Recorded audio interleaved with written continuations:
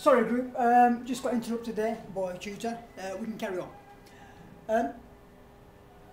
One cycle of EMF in this diagram is generated for every revolution of that conductor loop. So you can make a note to that effect, that one cycle of EMF is generated per revolution of that conductor loop. Therefore meaning what?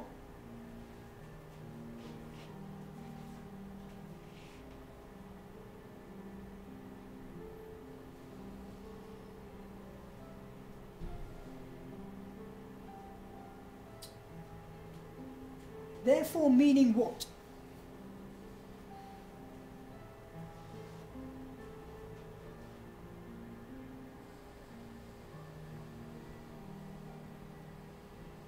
Okay, you should have identified that the waveform, therefore, is the same as the speed of rotation, meaning that the faster that conductor coil rotates, the more frequency there is.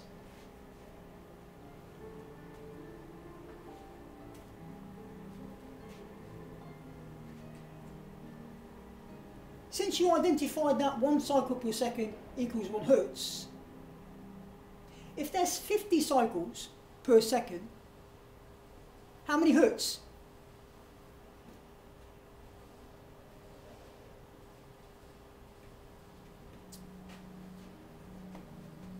Let's just clear that. Yes, you should have identified really that if we've got 50 cycles per second,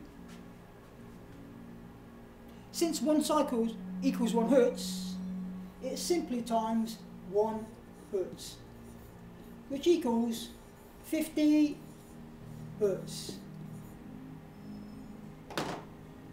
Super. Okay, I'm going to clear that very, very quickly because there are some notes coming up, and I'll give you them very, very quick.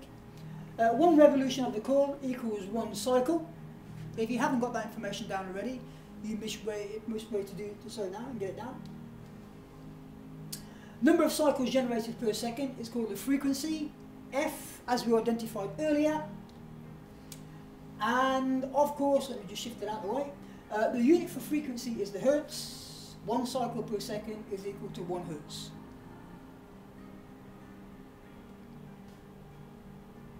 If the coil is rotated at 50 revolutions per second, the frequency, of course, is 50 times 1, which is 1 hertz, and there's 50 cycles. And that's only for that conductor loop that you can see there, because it's rotated in 1 pair of poles, mainly a north and south pole. I'll leave that there for a couple of minutes and you can make some notes.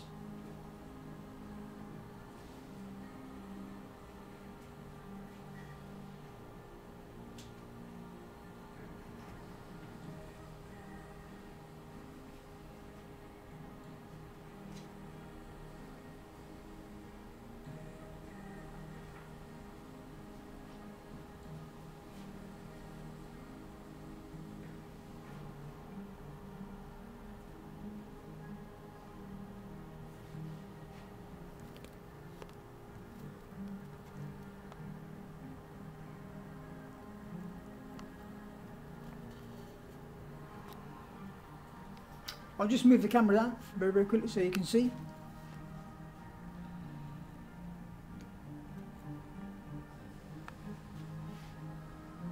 That might make it a bit better.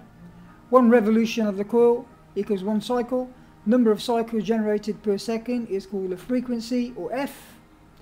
If the coil is rotated at 50 revolutions per second, the frequency is F, equals 50 times 1 hertz, and that's for 1 pair of poles, 50 hertz.